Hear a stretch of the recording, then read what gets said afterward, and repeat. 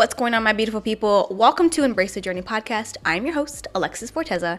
And on today's episode, I am super excited, as always. What is new, honestly? I'm always excited. But on today's episode, I have the privilege and pleasure of introducing and talking to Carlos Vasquez. He is the CEO and creator of How to Battle. He's an author, a motivational speaker, a consultant, so many things. And above all, he is an inspiration. His interview inspired me in so many ways that I cannot thank him for. Carlos, if you are listening, thank you so much for being a guest on my podcast. Above all else, you guys, when you listen to his story and the things that he has overcome, I just want to be a reminder to somebody as well that there is nothing in this life that you can't overcome. If you are here today, living, breathing, and listening and or watching this podcast, you're here for a reason. And I hope that Carlos's story inspires you and is a huge reminder in that no matter where you come from, what you've been through, you can still be purposeful and affect people's lives in a positive way. So I'm not going to give any more tea. Okay, you guys know the drill. All of his information is below. His socials, support his book. He's got a book out, you guys, and just he's got so much wisdom. So I'm not gonna ramble. Again, thank you so much, Carlos, for being on. I appreciate it. And without further ado, you guys, please give a warm welcome to Carlos Vasquez on Embrace the Journey podcast. All right, ladies and gentlemen, please give a warm welcome to Carlos Vasquez. How are you doing? I'm blessed. Thank you. Hey, blessed and highly favored. Okay, that's what we roll with Right. around here. Thank you so much for wanting to come on Embrace the Journey podcast. As you know, I love people who have a journey, and you truly do have a very interesting one. So I'm just gonna dive right in. Like, you're a motivational speaker, you have a book out, and it's just you got a lot of wisdom. And what intrigued me was the first title, first little nugget, bullet point on your profile, which is convict to CEO. Listen, I know there's a story in there. So where do you want to start with introducing yourself? Again, my guests are brand new to you. So wherever you want to start is good. Okay. Um, yeah. Well, there's so many just huge moments in my life that I could start from, but I think I'll start here. The day that I walked out of prison on June 25th, 2021, after serving 17 years in prison for armed robbery. Um, and I got out with $200 in my pocket. I had nowhere to go. I had to find a home, a place to stay, in a city that I had never lived in before. And it just was the requirements of the parole process at the time. They wouldn't let me go back to where I was originally from. Um, and so I got out. I got in contact with somebody that I had met while I was in prison. And I asked if I could stay there just to get on my feet. And that person gave me an opportunity to do that. And so for my first month out, I was just trying to get jobs. I couldn't get a job, um, for obvious reasons. And not only just the way I looked with all my tattoos and my past and record, and I was on parole and all this stuff, but the fact that when I went in, they had flip phones, and when I got out, they had smartphones. Like I didn't know anything, like how to even set up like a resume.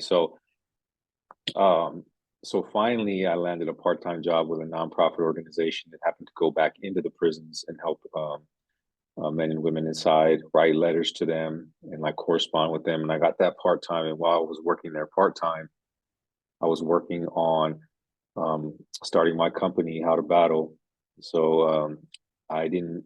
I knew I always wanted to, be an entrepreneur and start a business.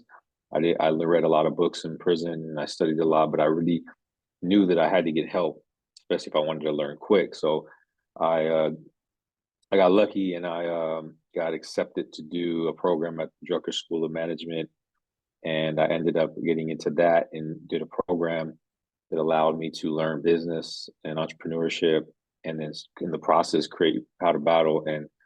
Um, and then once I completed the program, once you complete the program, there's an opportunity to pitch for funding at Google, and I was like the second person to ever complete the program. And because there's a lot of requirements, you have to be profitable, all these different things before you could even get that chance. And I was already profitable, and I was able to pitch at Google and get funding to grow my business even more. So all that within the past 2 years and some change, going on 3 years this year. In June will be 3 years since I've been out, and so much in between there. But I wanted to start there because I typically start in my childhood and what led up to all that. But I felt that I wanted to start from the moment I walked out of prison, which was the day I felt that I was my new birthday, like a fresh start, and just let Mm, everybody know that I literally started with nothing, and I'm 3 years out, and my whole life is completely um, what I've always dreamed of. And so it's possible if you start today, you can change your whole life in 2, 3 years. It doesn't take a long time, but there's a lot that you need to do in order to get there. So right. yeah, just want to start there and kind of lay the groundwork for what I'm doing today. Yeah. See, Yeah. I didn't even I didn't realize it wasn't that long ago. For some reason, again, because you've done so much, and I think anyone who looks at your platform is gonna be like, "Oh man, this guy's probably been in here for like a decade." So I'm even shocked. Wow, you've done so much in such a little amount of time. And I love that you said that coming out of prison is like your new birthday. Like that's a lot. That's very deep. I love that. I guess one of my curiosities is how was that transition from coming from the prison life into, I guess, civilian life, the regular. How was that? Was that a very difficult transition? Was it easy? How was that? Yeah, it was difficult, but um, prison, I became a man in prison. Like I went in when I was a teenager. So when I got out, I was already a man. And prison created the man I am today, meaning I learned some of my greatest qualities in prison, like, just things that I have brought out here, like discipline.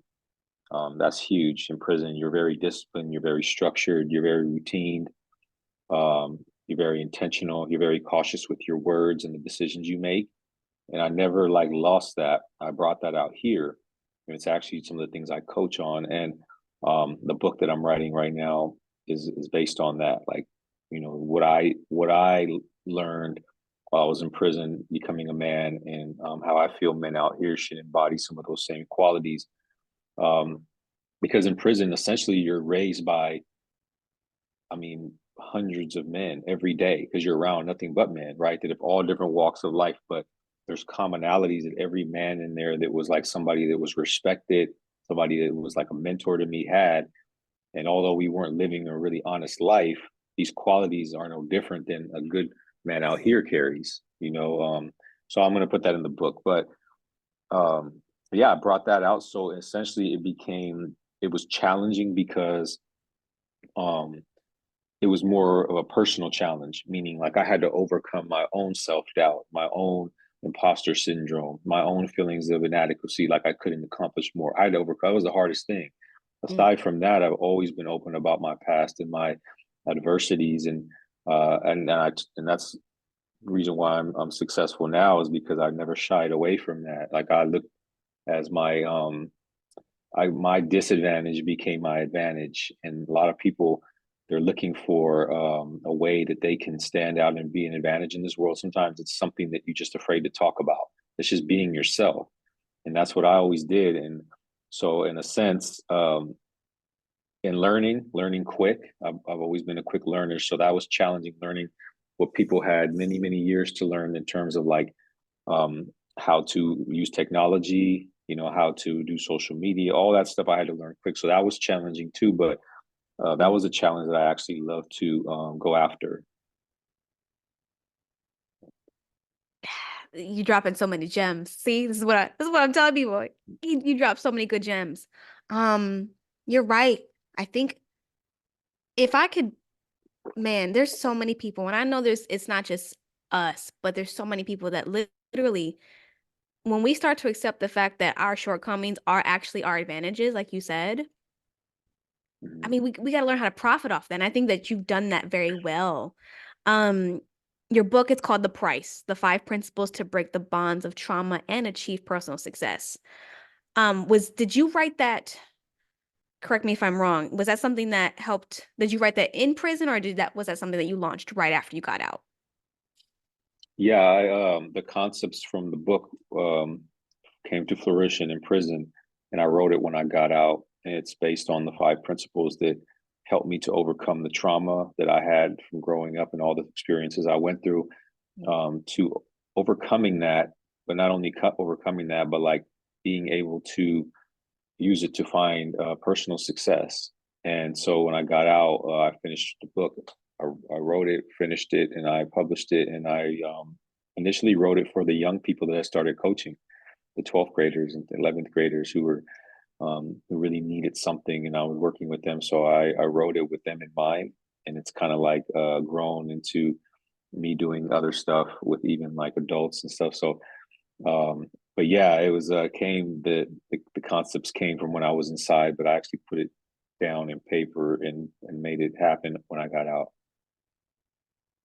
Um, if you don't mind me asking, to dive just a little bit deeper, what are some of the adversities that you have faced and overcome? And are there any that you are still working through? Yeah. Well, for one, it really started when my father left. When I was 12 years old, my father left, and my mother went into a depression, and my sister got pregnant at 16 and got addicted to drugs and got involved with the wrong people.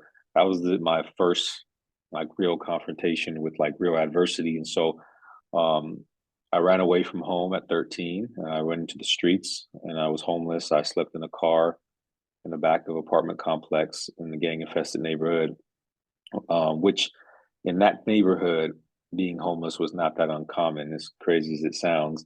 And so, like, I found commonality with the other young men that were in that environment who also didn't have their fathers. So I found a new set of men that became my mentors and father figures, and they led me down the wrong path. Um, and for from 13 all the way until I was 18, I was running the streets and involved in armed robberies, gang life, drugs, alcohol. I remember one significant event was when my best friend Chris, he uh, he committed suicide in front of me, killed himself, shot himself in the head in front of me, and that would really like was where the PTSD started.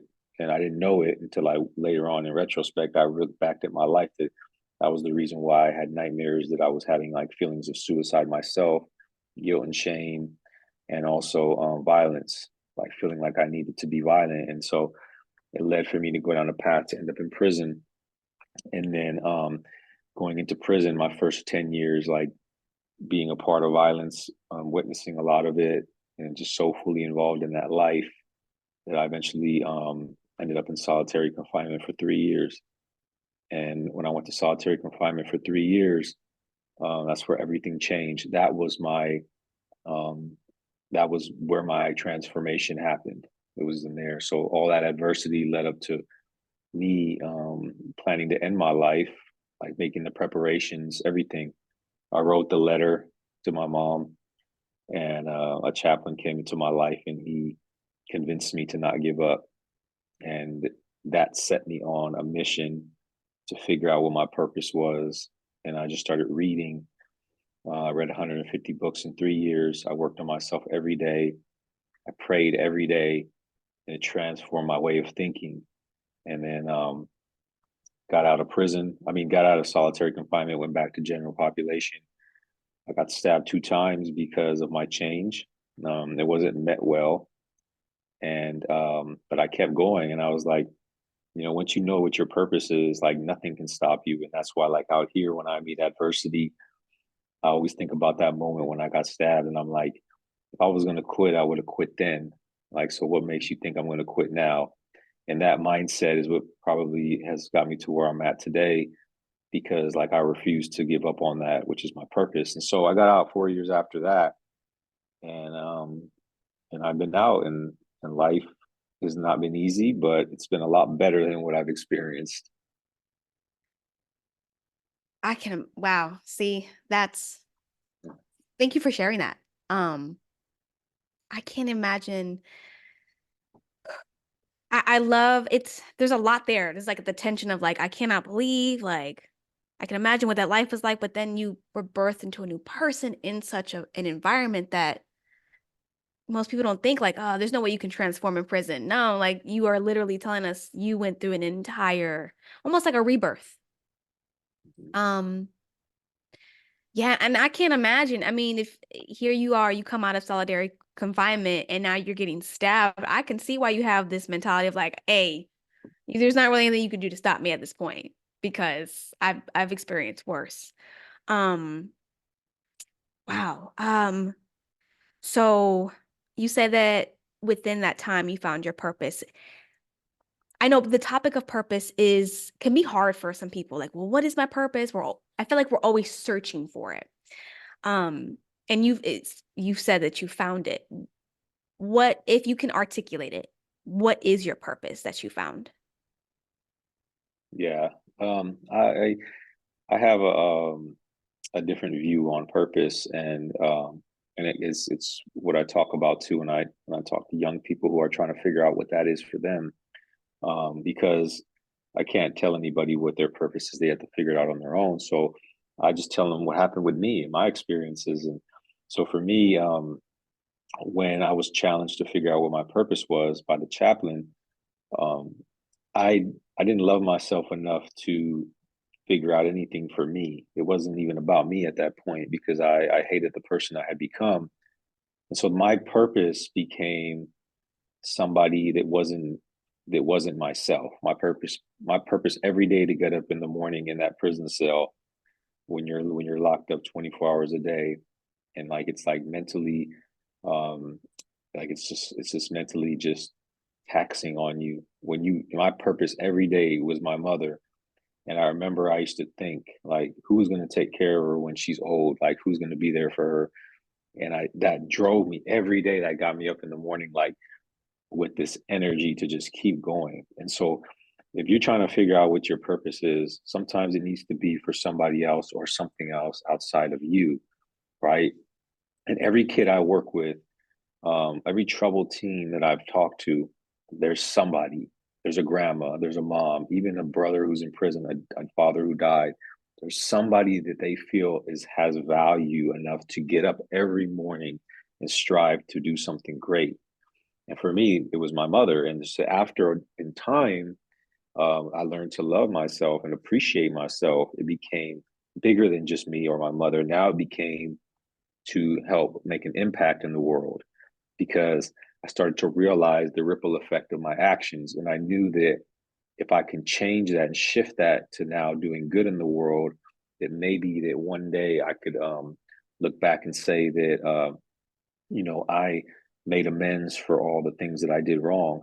And I always aspire to do that, but I know that I never will accomplish it.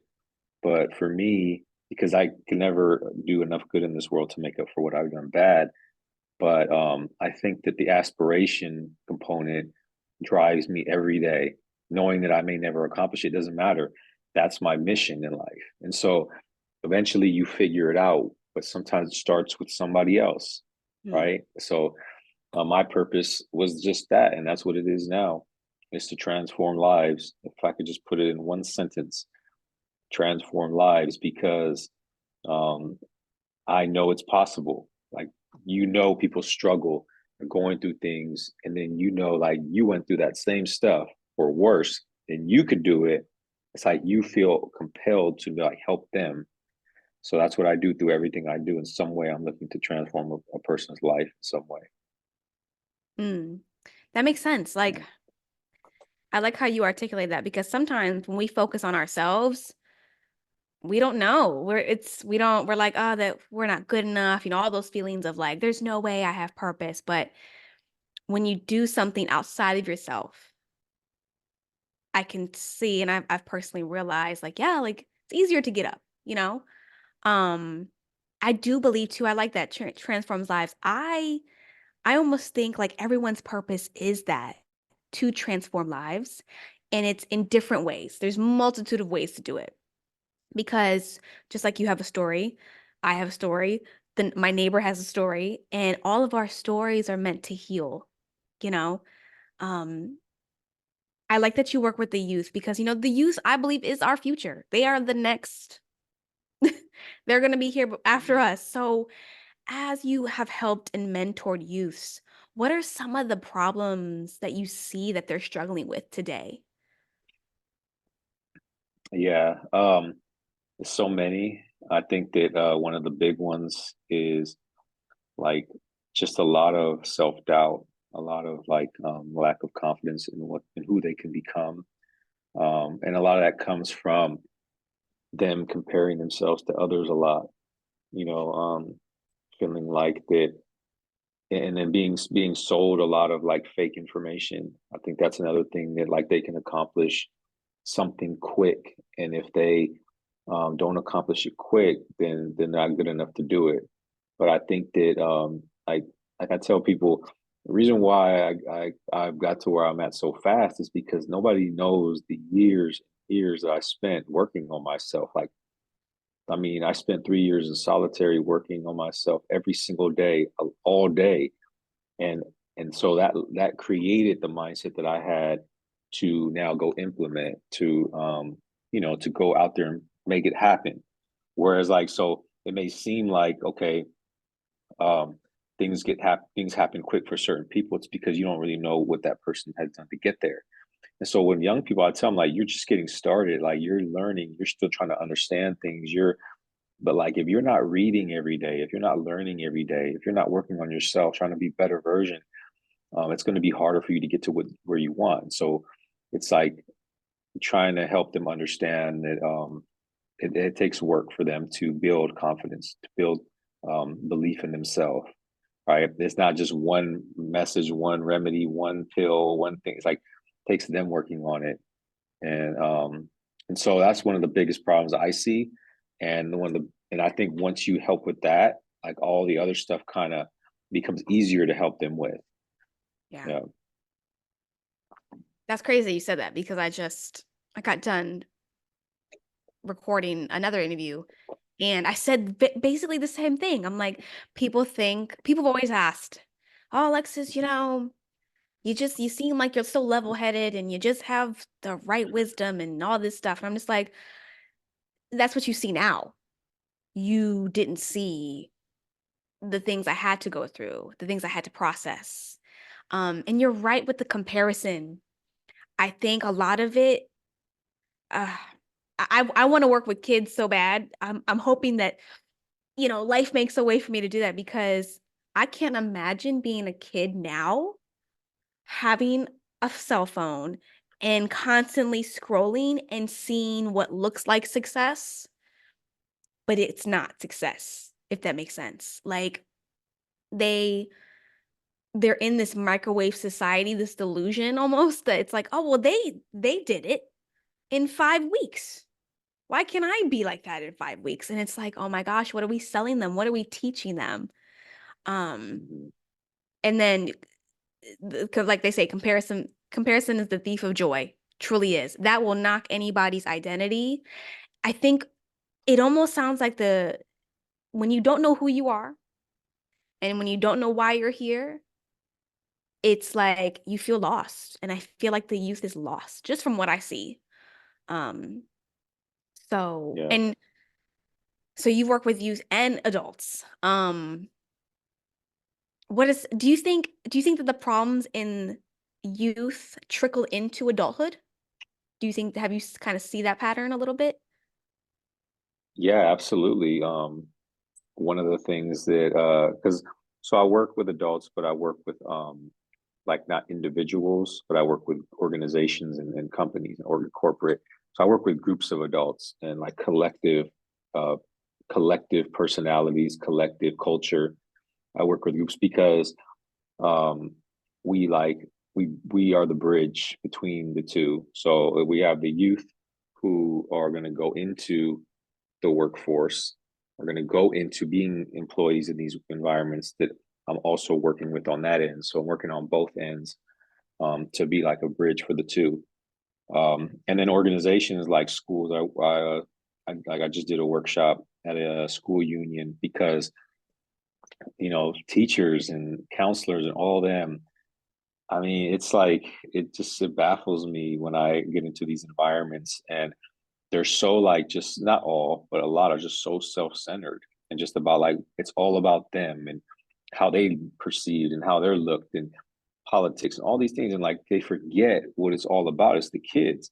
And so then we wonder why these kids go into these classrooms and they're not educated right. And Yeah. so when I work with them, I notice some of the stuff, like you said, that trickled from like youth. Like, for example, I don't know like if you have any kids, but if you have a kid or if you and we've all been kids, so we know Yeah. like there are the moments when the kids like goes to the parent and is like the toy broke, right? It broke. And it's like that mentality, it broke, that word it. It's like, okay, it broke. So it's like you're not accepting accountability for breaking. You know, kids like it, the milk spilled. Oh, so the milk Mm, spilled itself or you did it. So as kids, we're like brought up to like push blame off. My sister made me hit her, right? Where like we learn at a young age to not accept accountability, right? So then we that trickles into adulthood. And then you see these grown men and women in these groups and these organizations that are like, um, oh the system's this way or it was this way or why like it's no like accountability and responsibility to what's happening in the place that they're working. If you're there and you're amongst the problem, then you are part of the problem. And if you don't acknowledge that you're part of the problem, then you can't effectively solve it. And so yeah, it does happen, and that's why I work with both, because I see the same stuff in these kids in the adults. And so like that's why like I feel that there is a commonality there. And it's just because we weren't taught right growing up, right? We weren't educated right in these things. We weren't given these lessons and tools. And so yeah, adults could learn too. And I was an adult when I learned and transformed my life. I understand it. So it's like I know too. I was doing childish things when I was a grown man, like some stuff that I look back and say like how like why was I doing that? Like I was a grown man doing things like that, like hurting people, disrespecting people, um, abusing drugs. I was technically a man, so it was like I changed when I got older, and so I know that people need help in both areas, and so yeah, I do see that commonality there. That's so interesting you say that because I hear it all the time. I don't have any kids of my own, but I have like coworkers that have kids and stuff like that. And I'm just kind of like, they talk about, the teachers are like this and the principals are like that. And I'm just like, well, has anyone said anything? Like, no, Right. we can't say anything. But you're right, man. The idea of accountability, I could talk about that all day because that is a problem. You're right. As a kid, I never even thought about like, oh, the toy broke. I can't tell you how many times my brother blamed me that, like he loved to watch like WWE wrestling and all that. Mhm. And I'm like, I don't want to play wrestling. I'm a girl. I don't want to do that. Alexis made me but I'm like, what? I didn't do anything. But you're right. It's so tiny, but it's a little seed of, oh, I'm not going to take accountability. And if no one checks me on this, I can be in my 50s. And well, yeah, the marriage didn't work because, my wife didn't do well. Mhm. What did you not you contributed too. Um and just from the school system, sometimes my heart breaks because I feel like you're right. Just from what I see from the outside looking in, no one's really mentoring these children in the right direction. It's like, oh, let's just get them to school. Let's sit here for 8 hours and then you go home. But they're not being nurtured. And honestly, now that you now that you mentioned like the counselors and stuff, I can't recall a single counselor that really nurtured me in school, to be honest. They're just like, do this, apply to college, and then you should figure it out. So I learned at a young age that I had to be my own adult. I had to make adult decisions. And it's like, man, like something's got to change. So I love that you do that. Yeah, like that's crazy. When it comes to do you feel like that saying, like you can't teach an old dog new tricks? We've heard that saying before. Is that Mhm. when you're working with the adult or these organizations, do you kind of sense like they are so stuck in their ways that they look at you like, dude, what you're saying is so out of what we're so used to? Like, are they resistant to it? Some, yeah, and it's like but it's everybody that I speak to. Even like there's always gonna be I go in with one goal in mind and just impacting one person. That's it. Every time I speak or do a training or workshop or something, I always like look at it like I just need to help one person because I know that I mean just the value of what one person can do in this world. Because I look at my life and the value that the chaplain had on my life impacting me in that one way. And he doesn't even know all the work I'm doing now. He doesn't know all the lives I'm impacting because of what he told me and his belief in me. And so I realized the power of one man or woman. So I'm like, that's all I really care about. So when I go in, yeah, now I understand people are going to go and they're going to prejudge even before I walk in the door. What does this guy know about anything? He's been in prison. Like people think like that. And it's like, that's okay though, because I know that not everybody's going to agree with me. Not everybody's going to like me. And, you know, not every, same with you. Same thing. People aren't going to agree with you or like you. But once you accept that and you're like, that's okay. You know, that's all right. That person, it's not meant for that person to receive this message yet. And maybe the person will never receive it. And maybe somebody else will be the deliverer of what's that person needs to hear in order to change. And so I look at it like I'm just going to help who I can. So yeah, when I go in, um, there are people who may not see it like that because they're, you know, they'll be like, well, they're like going back to accountability. It's always like, it typically always is like somebody trying to blame somebody else for why things are the way they are. But I tell people like you're not responsible for world hunger, but you can do something about it, right? You're not responsible for unemployment, but you can do something about it. Like you can actively do something to help a huge problem. You don't need to solve the problem your own, but you can do something yourself to contribute to helping and bettering that. So I try to get people to understand the perspective that the time you're wasting blaming other people could be time that you could be helping people and actually contributing to helping the situation, not making it worse. So yeah, it happens, but I even am grateful for those opportunities because it allows me to learn more about people and how they think um, and like I always tell people, we're in the people business. Everybody is in some way, whether you're selling a product, you have a service, you have a podcast, whatever it is, we are all in some way reaching more people with whatever we have or do. And so when I look at it like that, like you really want to know the people that you're serving. And so those opportunities give me a chance to do that. And let me say, people, we are very complex. People are not the easiest. And I think, and honestly, I think COVID has made people like COVID was such a serious thing. I'm like pre-COVID, post-COVID. It's like a time in history that like I've stamped. I feel like ever since that time where we were all locked away, we couldn't go outside, I feel like people are even more resistant to hearing about other people's perspectives and change. But then there's this underlying desire that we all are like, I want to be heard. I want to be seen. I want to be loved. I want to be all these things. And I feel like that's like the tension Yeah. that we hold. Um, Mm, so but you're right. Like you said, that could free somebody right there. You shouldn't be focusing on trying to change the whole room. Be focused on changing one person and affecting one person. yeah. Because you're right. One person can speak life into you, and you could go on and become something you never thought. Um, Yeah. what were some of the words that were spoken to you, if you don't mind sharing? Um, that is it the chaplain? Is that how you say it, chaplain? What did he speak Hmm. to you? Like, how did that whole, because that's a very pivotal moment. He changed your life. Like, so what was Yeah. some of the stuff that he encouraged and spoke into you? Yeah.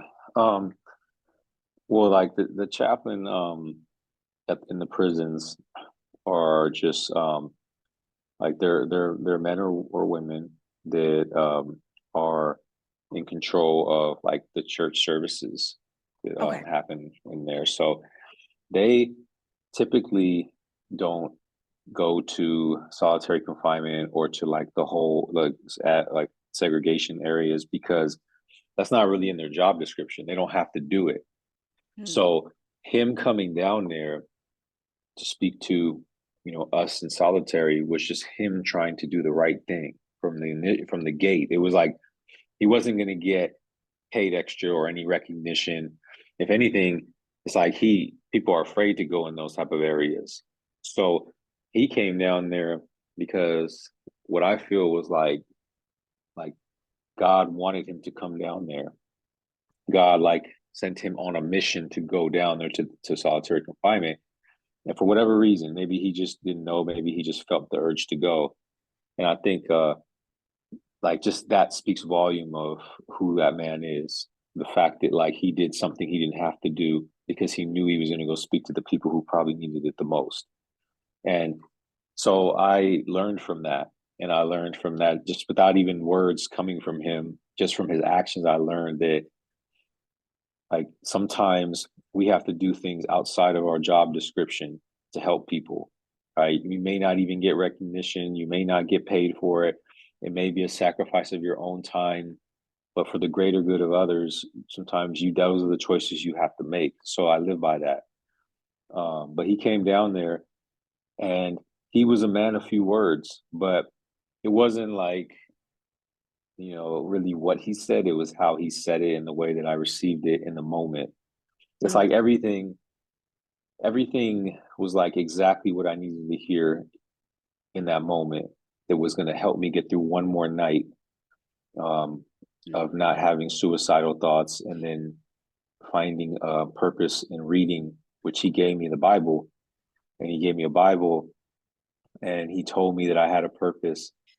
And he told me that he challenged me to figure out what that purpose was. And it was the challenge that like really pushed me to go because it's like I hadn't been challenged in so many years up to that point. Um, Mm. I was a shot caller in prison, so essentially I hadn't been really challenged much. Um, I had this ego, and I felt like I had the power and all these things, so I wasn't really challenged before a man to come and challenge me for something. It gave me a purpose. It's like if somebody tells you you can't do something, it's like almost like that you would just and so many people we know about that like it's somebody that told them they couldn't do something and that was the driving voice that kept them to go do it. Maybe it was a teacher or somebody that would tell them like you're never going to do that. That's what it was for me with him, but in an opposite way, he challenged me. And so in my mind I'm like, okay, he believes in me. I'm going to borrow that belief that he has, this man that doesn't know me, and I'm gonna accept the challenge and I'm gonna try to figure it out.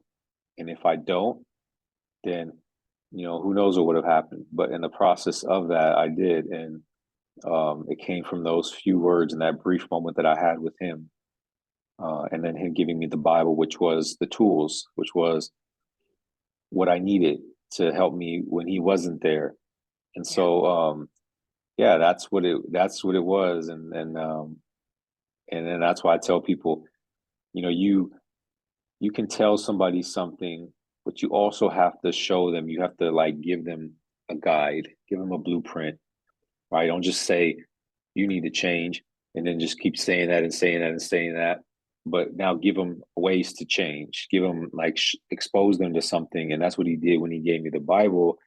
And it was just his faith that knowing that God would allow me to open it and read what I needed to read Right. when he walked away. And that's a powerful thing because I never saw the man again after that. Ever. Like I never saw him again. So he doesn't know his impact. That's oh man, Yeah. that's a beautiful story because I think so many times, like you said, like sometimes there are things that you're gonna have to do that are outside of what you think that you need to do. You're not any better. Nobody's any better than anybody else. And it was almost like it's almost like he's like an angel. Like he's like, nope, I just gotta go. Yeah.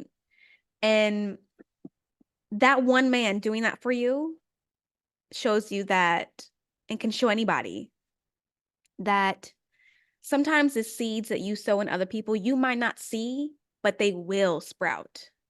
Like Mm, that's just amazing. I'm like I see everything in my head like a movie, so I'm just like picturing this all in my yeah. head, and I'm just like, wow, like that was a time. That must have been a moment. And you said something very important. It wasn't what he said, it was how he said it to you in that moment.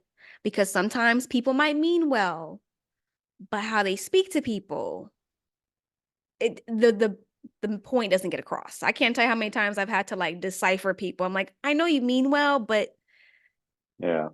that didn't land on me that well. But Yeah. and his actions, he was Exactly. gentle with you. He wasn't forceful. He Mm, just, hey, like here's the Bible, read it every day. And I think it's the gentleness of people that can change people the most. yeah. Um, Yeah. Absolutely. And it's just like the respect too. Like when people listen to people they respect, and I think that by me knowing that he was down there in solitary when nobody comes down there, you don't see anybody hardly ever. So it's like that alone, that presence is like the beginning stages of something powerful happening even before the words happen. So for mm, us out here, like showing up, like you know, like we going back to the youth, like just being there. I remember I was speaking at foster group homes and like just showing up at those foster group homes, speaking to them, showing up there, um, giving them books, and like that alone, without even me talking yet, was something that like really impacted them. Just that quick moment because they saw like somebody actually came out here to speak to us. Somebody came out here to give us give us time and to share their journey and to their struggles and their pain and be boisterous about it, but then also talk about that there's happiness at the end of that pain. And so, like, those things are like how you make impact. And so, I think that, like you said, it's like it's all you show up. It's how you body languages. It's how you deliver your message. It's where it comes from. I mean, is it coming from a place of like I hate my job and I'm just doing it to get through the day, right. like a lot of teachers do when they go talk to kids and do and teach, or is it like from an authentic place? People sense that. People know. Like we people think we don't know, but we do, and so that's why like I think that I've had a lot of impact on people out here because they know it comes from a place of sincerity. It's like undeniable. I don't like I don't ever like I tell people I'm the CEO of my own company, but I don't have like a clock in, clock out. Like I'm always I guess you would say working because my job is the goal I pursue. And the goal I pursue will never be accomplished fully. Like it's just gonna keep going because there's not enough people in this not enough time on this earth for me to help the people that I want to help. And so, but there's also an excitement in that because it's like never ending. Like there's never ending. My life ends, I go, but I never feel like I'm like have nothing to do. There's always going to be something to do. Right. So I think people have to shift that and think like that. Like, what is your lifelong goal? What do you ultimately want to accomplish here? Right. Yeah, Which goes back to, it's bigger than you. I think everyone's yeah, purpose, it's so much bigger than what we are. We get in our heads, we get in our ego. Well, it's got to be about me. And it's like, it's not about you. Like, yeah, I can't even mention the amount of times I've gone through something and I'm like, man, like, why am I going through this? And I kid you not, I get in connection with somebody and the very thing I just went through and overcame, they're going through, and oh, I just happen to have the wisdom now for that. Like it's the circle of life, I want to call it. Um, yeah, and you said Man, that's worth weight in gold because presence can means a lot. Um, Sometimes I know personally I learned I had a friend that had to go through some grief, and I always was concerned, like, well, I don't know what to say. Like, I don't know what to say.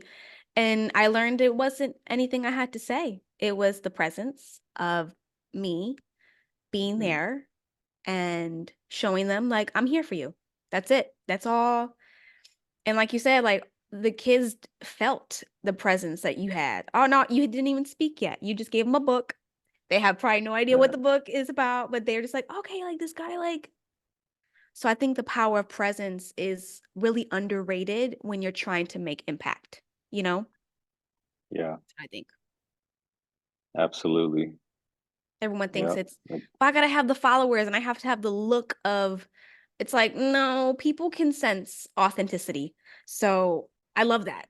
mm, Um, if you, man, when it comes to anybody who might be listening in terms like they feel like, listen, man, like I hear you, but I don't know where to start. I'm so behind in life because a lot of people feel like they're so behind. What are like two, three things, a few things that you would tell that person who really is like on the brink of giving up? yeah. At first I would tell the person like, you're not behind. You're exactly where you need to be.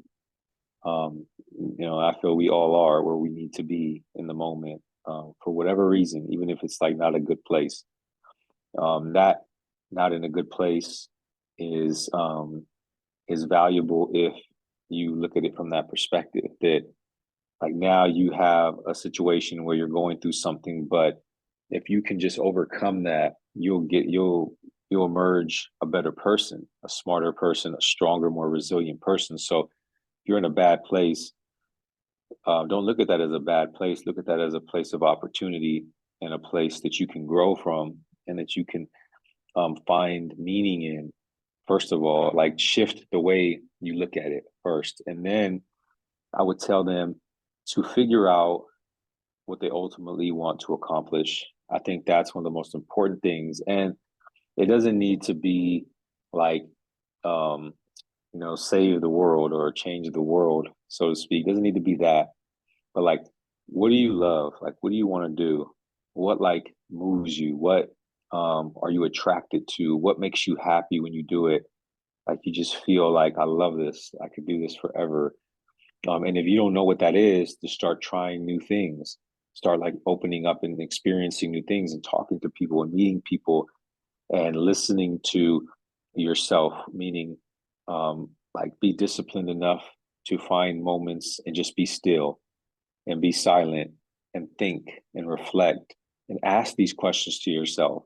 Like, because a lot of times people don't know what they want to do or where to go because they don't take a moment to think and ask themselves or to really reflect on it, right? They just think that it's just going to come knocking at the door or it's just going to come. No, like that's why it's so important to be still. And I'm a big believer in like meditation and I'm a big believer in like silence and solitude because it's in solitude and it's in silence when you're alone with just you that you discover what you ultimately want to accomplish, what your purpose is. So, and that anybody can do. Like anybody can do that, right? I was in prison when I did it. That's and so there's no excuses except for you to just be disciplined enough to do it. That's it. And then start there and then start to like learn yourself and know what you want and then go after it and then be okay with things not going as planned and just keep going. Like if you just looked at it like um, there's an equation that I share with people, and it's an equation of um, exponential growth. And what it is, it's a real math equation, and it's proven that if you just do 0.01% more each day in 365 days, you'll be about 38% better in whatever it is that you're going after. So, and that's 0.1%. So that's in a typical workday, that's 5 minutes, right? Like, and so if you're doing 10 minutes of like working towards something every day, um, you'll be 100% better in that almost in a year. And see, we just don't really understand that concept because time to us, we think that, well, young people think like a year is so far away. Even older people think a year is just so far away, but you can literally um, be 100% better in something in 1 year if you just worked on that thing for 10 to 15 minutes every day. So once I knew that and I did it in my own life, it's like um, it's exciting because I know that if I start something tomorrow and I just work on that thing every day for 5 minutes for a year, 1 year, 365 days, I will be 38% better at that thing. And so when you look at it like that, nothing is really out of reach. Nothing is really can't be accomplished.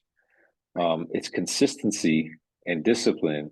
Those are the two things. That's the recipe. And it's like, and so when I reframe that to people and I say, like, we just give it some time and work on it a little bit each day, you'll see the results.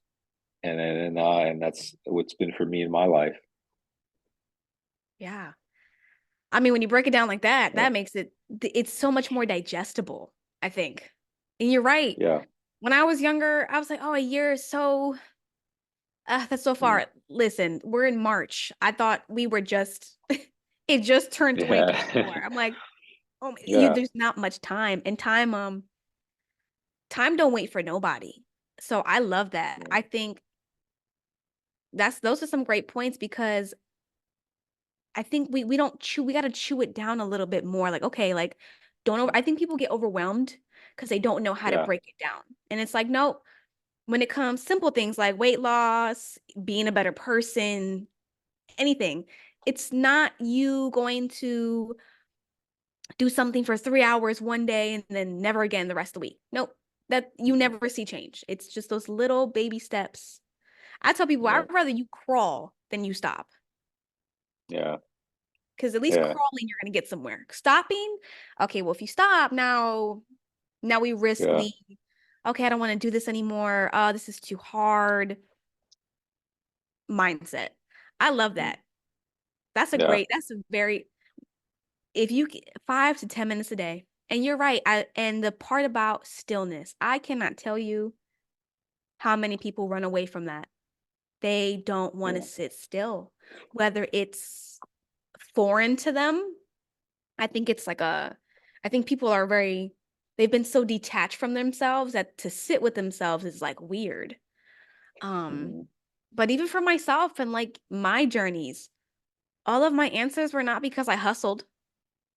They came Yeah. from listening, silencing things that I were distractions, and Mhm. asking myself, what do I like to talk about? Like, I'm like, what?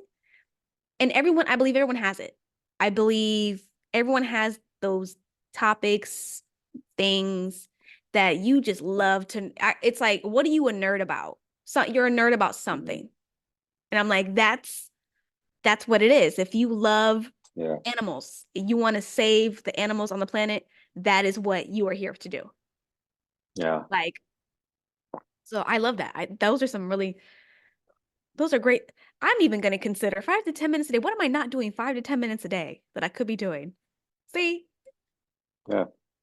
That's And it. And also, people are you're never too old to learn either.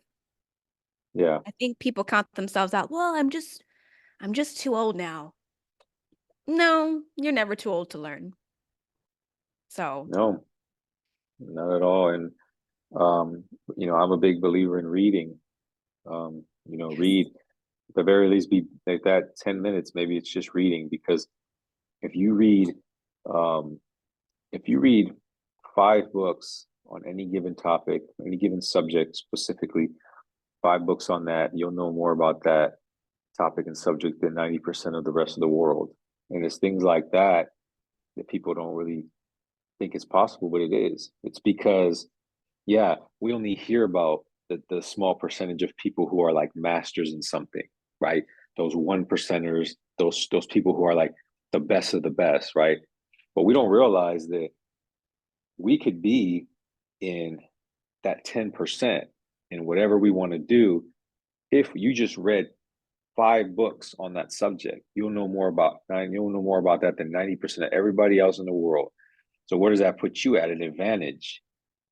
And that's what I'm saying. Like, but if you could read those 5 books now on one topic, let's say marketing, digital marketing, you read 5 books on digital marketing, you're going to know more about digital marketing than 90% of the rest of the world, including myself, because I don't read digital marketing. That's not my thing. So you'll Right. know more about it than me now. That's what I'm saying. So now that's a tool you can come to me and say, hey, I know about digital marketing. I'm looking to start doing that. Like that'll open up doors and give you opportunity. And that's just one thing. So in anything you want to get good at, start with reading 5 books on it. And now you're in the 10 percentile. Now you feel more confident. You feel like better about you could have a conversation about it. And then you just keep learning. Then you find you a mentor or coach that could help you also while you're learning and reading 5 books. That's even like you're gonna grow even more. So that's what I mean. Like is figure out what you want to do and then read books on it and then learn about it, spend time each day, then find somebody to help you, and then you'll become great at it. Right? It's not that complicated, but like I said, it takes discipline, it takes consistency, it takes a belief in yourself, and it's definitely possible, right? It's definitely possible. So just things like that, it will make a huge difference in a person's life. Huge. It's funny because Uh, I got done reading Think and Grow Rich, which I don't know why it took me this long to get to that book. But I always believe yeah, books fall in my lap at the right yeah, time. In that book, everyone thinks when I first thought I was like, oh, this is gonna be about money. I don't read books mm, about money, but it actually has nothing to do with money. It's all like yeah, anything that you want in life. And if you're trying to find it, and you said it right at the end, it's about the belief in yourself. You have to believe in yourself so much that you almost sound crazy. Like mm, that was the top that was the basis of that book. If you want to think and grow rich in anything, in your passions, in finding your purpose, you have to believe that you are worthy uh, to achieve that, to find it, yeah, to because without that, I mean, how many times have you seen people with the right connections or the right mm, money and they don't believe in themselves? So no one takes them seriously. yeah, But exactly. then you meet someone who had certain circumstances, adversities, and you're like, yo, but they're really confident. Like, I'm gonna go with that person because Mm, they believe in themselves. right. So Yeah, absolutely. you touching on you hit um I agree. I'm like, no, there's nothing I could disagree with. You're right. Uh, with and where are you located, just so people know? Yeah, I'm in Los Angeles. Yeah, that's where I'm born and raised in Los Angeles, and ended up now that's where I'm at now. So that's home, and um, it's it just feels like I've been other places, and it always feels like this is where I need to be for some reason. So yeah, just LA and definitely much needed help out here. So I'm out here, yeah, I'm out here, but I travel and I speak in other states and I do work in other states too. But this is where I'm stationed. Awesome. I figured I'm like you give me like a West Coast Yeah, vibe. I was like, he might be in the West Coast. yeah, I know yeah, I've traveled to LA a few times and it's such a big city. It's like not that Dallas isn't a big city, but LA is very like there's mhm, so much there. And like you said, um I've talked to people out there and there's just so much people are hungry out there. I think people are very hungry yeah. to for change and good things. So that's awesome. Well, is Mhm. there any other words of advice, encouragement um that you want to give my listeners, people watching, just to help them out of this, out whatever they're going through? Yeah, I would say just one of the things I do every day is just acknowledge what I'm grateful for first thing in the morning.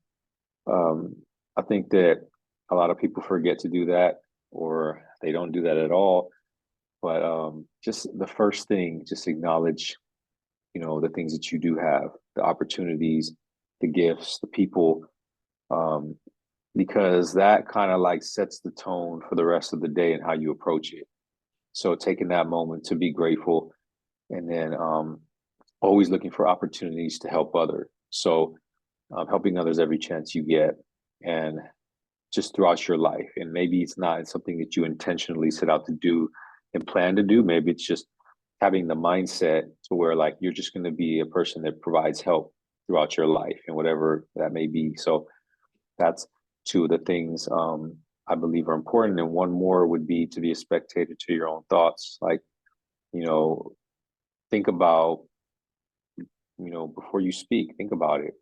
Analyze those thoughts that are going on in your head. Ask yourself, am I being empathetic toward others and what they're going through, what their experiences, and being very careful with how you treat people and what you say. So being a spectator to your own thoughts allows you to do that.